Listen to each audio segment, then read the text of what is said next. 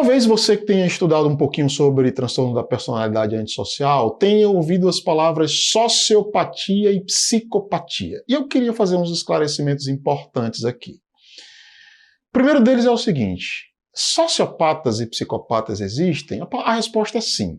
Entretanto, gente, essas palavras, esses termos, tanto o primeiro termo utilizado foi o termo psicopata, depois nós evoluímos para a concepção de sociopatia, e hoje a maneira mais tecnicamente acertada de se referir a essas pessoas é pessoas com transtorno de personalidade antissocial. Ou seja, as palavras psicopatia e sociopatia são palavras envelhecidas. E aí eu estou falando do ponto de vista técnico, né? São palavras envelhecidas. É a mesma coisa, por exemplo, de um psicólogo hoje falar em ajustamento, em comportamento ajustado ou em comportamento desajustado. Isso não existe mais. Isso é a linguagem que refletia as práticas e as concepções psicológicas da década de 70 para trás. Com a psicopatia e com a sociopatia, a mesma coisa. Por quê? Porque nós avançamos muito no conhecimento desse fenômeno. Por exemplo, vou dar um exemplo disso que eu estou dizendo para vocês. Olha, quem é o psicopata? O psicopata é aquela figura que está muito representada, por exemplo, na indústria cinematográfica, né? Há muitos filmes, há muitas séries, seriados aí de TV fechada, que retratam a psicopatia e enchem esse fenômeno de uma mitologia que a gente precisa ter habilidade para reconhecer o que é ficção e o que é ciência. Então, o psicopata quase sempre é um assassino. A psicopatia, ela implica, quase sempre não, sempre, né? O psicopata implica em crimes contra a vida. E o conhecimento que a gente tem acumulado, por exemplo, sobre o transtorno de personalidade antissocial, hoje a gente sabe que não necessariamente. A pessoa que tem esse transtorno, ela tem um padrão de desrespeito às regras sociais, já já eu vou dar exemplo, mas não quer dizer que ela seja assassina. Crimes contra a vida são apenas uma forma de comportamento antissocial. Há outras formas de comportamento antissocial. Então, eu posso ter o transtorno de personalidade antissocial e nunca ter matado ninguém. Eu prejudicarei as pessoas de outras formas, que também têm a ver com a quebra do laço social, das regras sociais, das leis e das convenções que existem na sociedade. Mas não quer dizer que todo mundo que tem um transtorno de personalidade antissocial é um psicopata nos termos de alguém que tem a impulsividade de cometer crimes contra a vida. Certo? Então eu gostaria de fazer esse esclarecimento. Em relação ao sociopata, a mesma coisa. Então é preferível hoje, se você quer pesquisar sobre essa área, se você quer trabalhar nesse campo, esse conhecimento é muito importante, por exemplo, no âmbito da psicologia jurídica, para quem trabalha, por exemplo, no âmbito da psicologia criminal, para os psicólogos que trabalham em sistemas prisionais, para peritos, psicólogos peritos que produzem laudos para o Poder Judiciário, esse conhecimento é fantástico.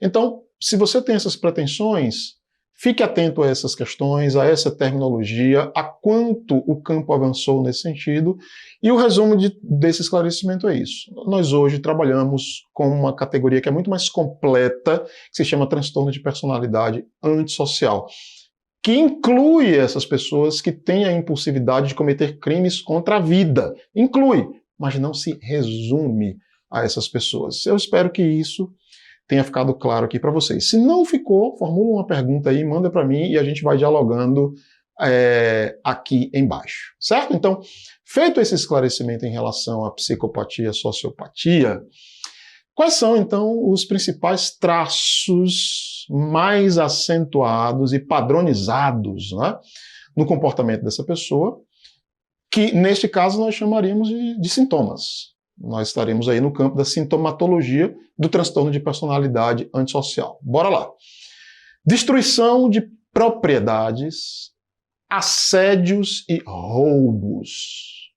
Veja, gente, nós estamos falando aí de atos de profunda delinquência em relação ao laço social, mas não percam de vista que esses atos precisam ser tendências padronizadas. O indivíduo não consegue não ser assim. Ele vai preso e as pessoas não entendem que depois que ele sai da cadeia, quando ele bota o pé fora da cadeia, a primeira coisa que ele vai fazer é delinquir de novo, né? Então, muitos desses casos têm relação com transtorno de personalidade antissocial. Tem alguma coisa no padrão do funcionamento do indivíduo que leva ele a realizar esses atos. Bora lá? Tendências à exploração, à enganação, à fraudulência e à manipulação. Veja que são ações que podem ser cometidas em vários âmbitos da vida por pessoas, inclusive, que ocupam altos escalões no mundo do trabalho, né? Olha aí, exploração, enganação, fraudulência e manipulação.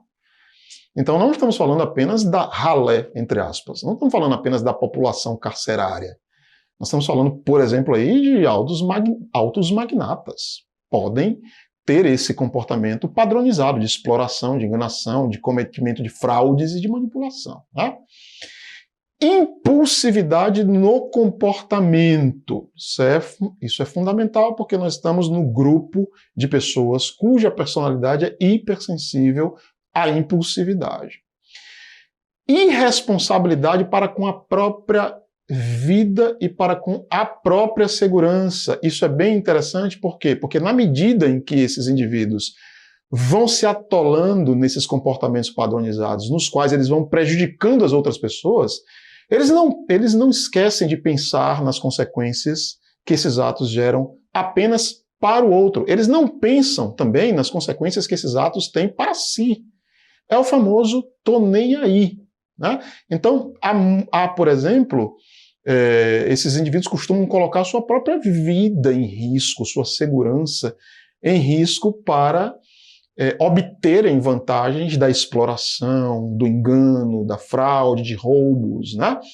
Então veja que é um padrão de comportamento, de fato, bastante problemático.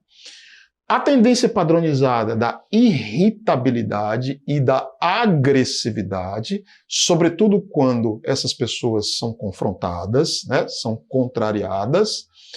Aqui tem um ponto que eu vou discutir no próximo slide, assim, com mais carinho com vocês, que é a ausência de empatia, né, a ausência de consideração empática, essa capacidade, né, de autorreflexão, de se colocar no lugar do outro, de levar em consideração a dor, o sofrimento, as consequências emocionais, as consequências materiais que o que eu faço pode gerar para as outras pessoas. Esses indivíduos são incapazes, ou eles de fato não desejam fazer essas reflexões. Eu vou fazer algumas reflexões sobre esse tópico no próximo slide. E por último, outro sintoma é que são pessoas que quase sempre têm uma opinião elevada e arrogante de si mesmas.